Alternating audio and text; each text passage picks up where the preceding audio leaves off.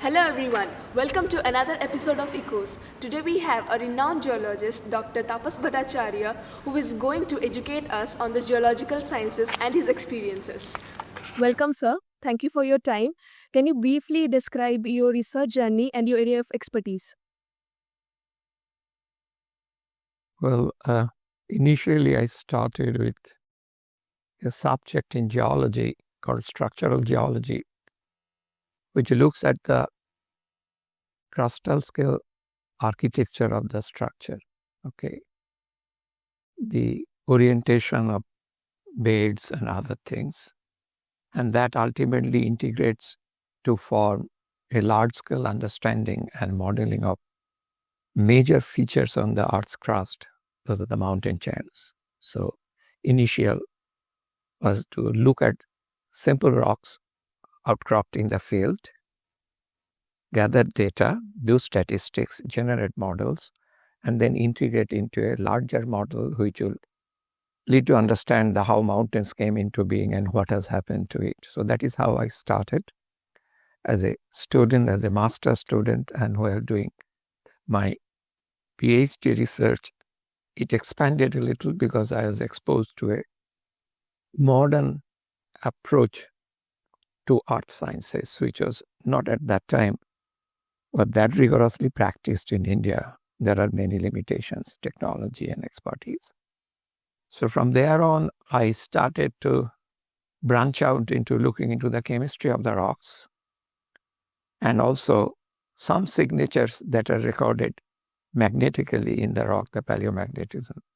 So in addition to looking at the architecture from geometrical point of view, I added new dimensions to it, of course, new dimension for myself, that their chemistry and their what we call ancient magnetic signature called paleomagnetism, to build up a more comprehensive understanding of what we see today as a mountain sitting at a point A, how it came into being there, what are the forces led to that thing, and this kind of. And though we looked at some of as a student in India, I looked at very ancient mountains, which are about 170 crore years old. But when I went into my PhD project, I was looking at very young mountains, say 88 crore, 7 crore. And there was a link between these two processes that operated very early and now it is operating. So that was my main focus of research during. Why specifically geological sciences? Because back then it was not that popular, not that famous, or not people much had a knowledge about this. So why did you choose to specifically choose this? Well, some decisions are very difficult to justify. Okay. And you always suffer from a kind of uncertainty, whether what I have done is right or wrong, whatever decision you take. One of my main motivation for taking geology was that when I was growing up in my school days in 1960s, India is going through a very bad phase. There is food shortage, there is industrial shutdown, so there are a lot of unemployment all around. So I was looking for something, a degree or a training that will help me to land a job, a constructive job. And I came across, because in those days, this was well before the computer era, not to talk about mobile phone or PCs or laptops. So just hearing from people here and there, I got kind of excited about doing something that might lead me to a job and also kind of satisfy my inquisitiveness about the nature that I see all around. Nature always used to intrigue me, possibly every young person gets intrigued, but I wanted to delve deeper into it, the natural processes, and then that was my first encounter with earth as a whole. So that was one of the main motivation like that. And after starting my courses, early 70s, very early 70s, my first lessons in geology in an undergraduate college, I'm grateful to my teachers and the college's ambience. After 2 months of taking those courses, lessons, I decided this is to it. So I had some other opportunity to branch into more quote unquote deep and profitable lines, but I did not go for that. As you have been in for 8 years in America, so what is the difference between the research environment from America and India? Between both. Okay, I spent almost 50-50, 4 years, one as a student and one as a teacher or a professor in a university. But very interestingly, these two tenures were 2 decades apart. So there is a time factor. So if I have to talk about my first experience, the whole ambience, I was lucky to be in a good institute as a PhD candidate. I was among one of the best colleges in India as an undergraduate. The difference is you hardly ever face any problem. I hardly ever faced any problem in my day-to-day life. Okay, traveling, eating, this, that. So you get paid for working there. A student is also an employee there. He or she gets funded by the school or by National Science Foundation. And it's like a job. So you do your job and do the best you can. And I never faced any hurdle in doing that thing. Everything I can think of. The other thing was that our research in India at that time was also very high quality. No question about that. They're very high quality because of some extremely dedicated and very sharp personnel as a teacher, as a research guide there.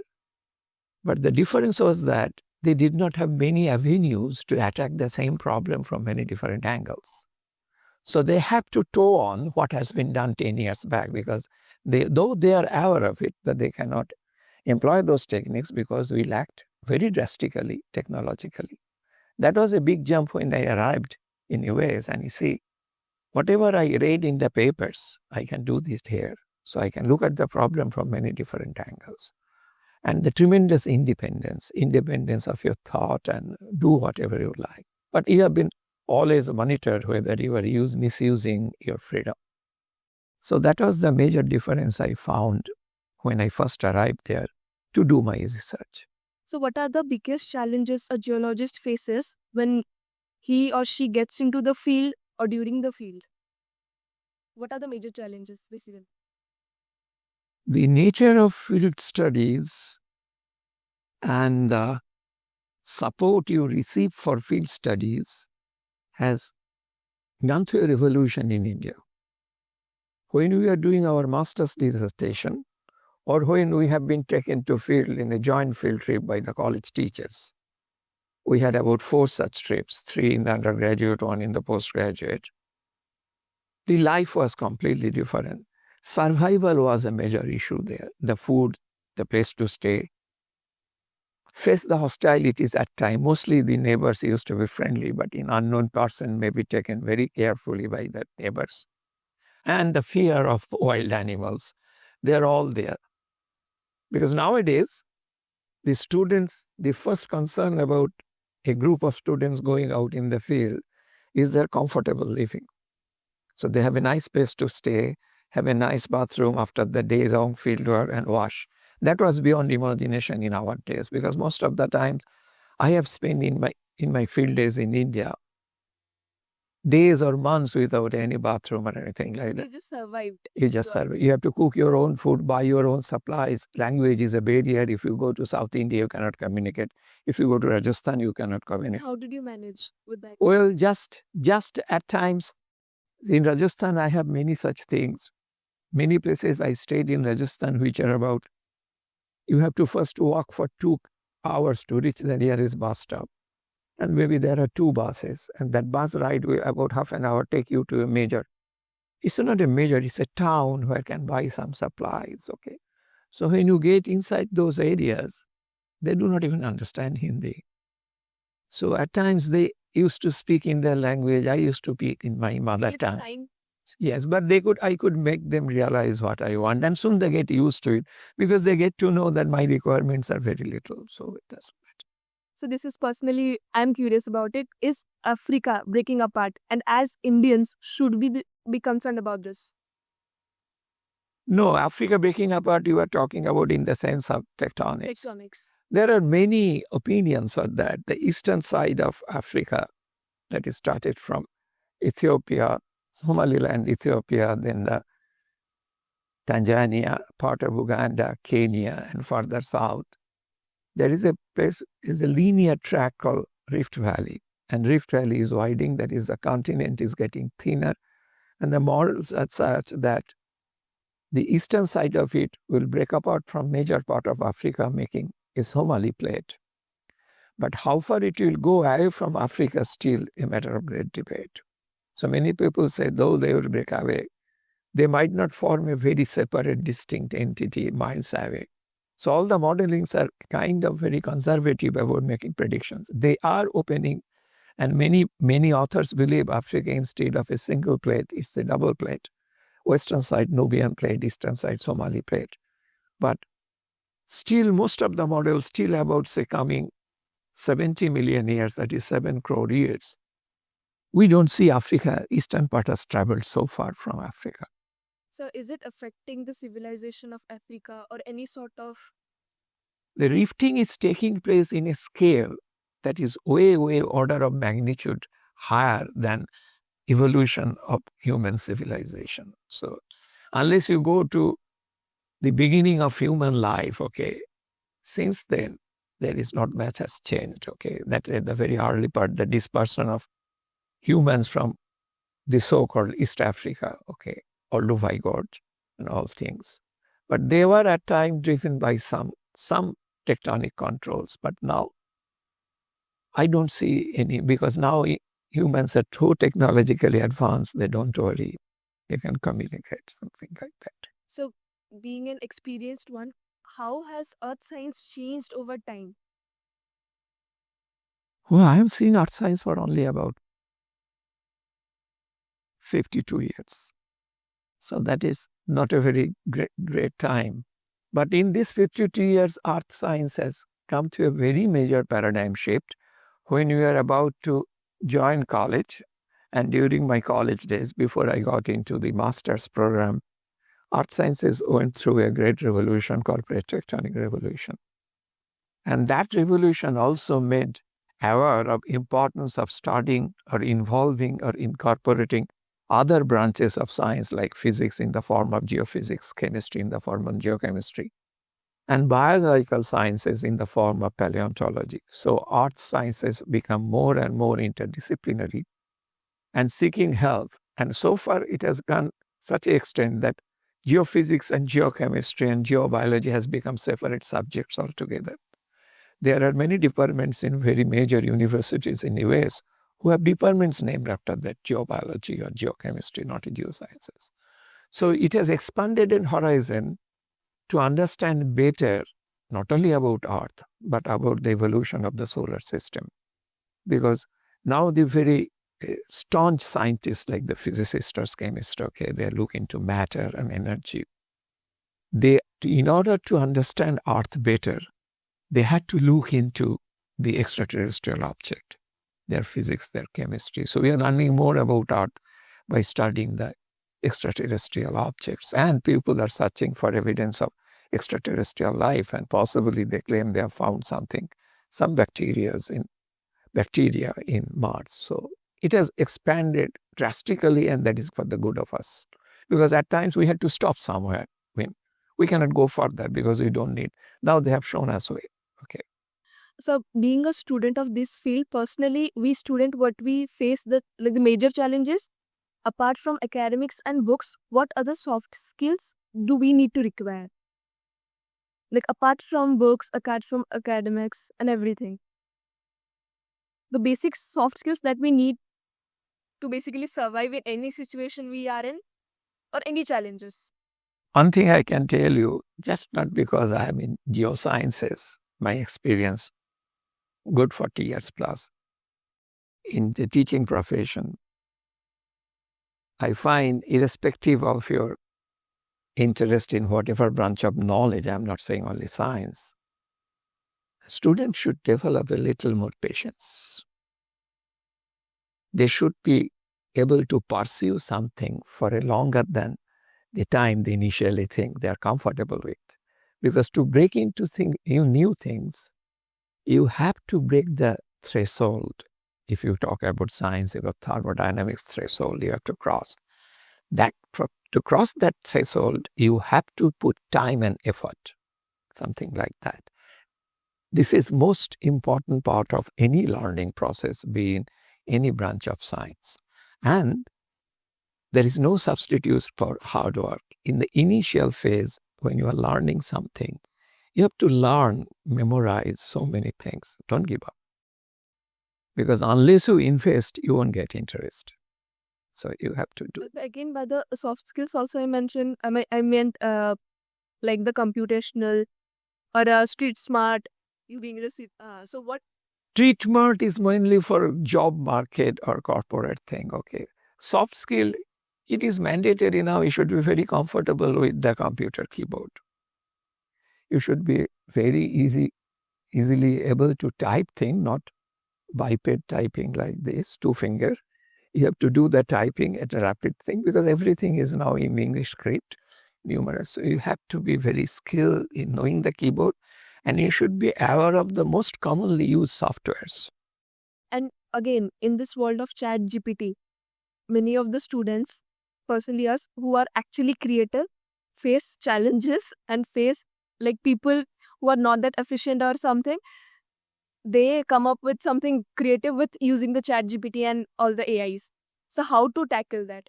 Well, it can be looked into two different regimes. One is the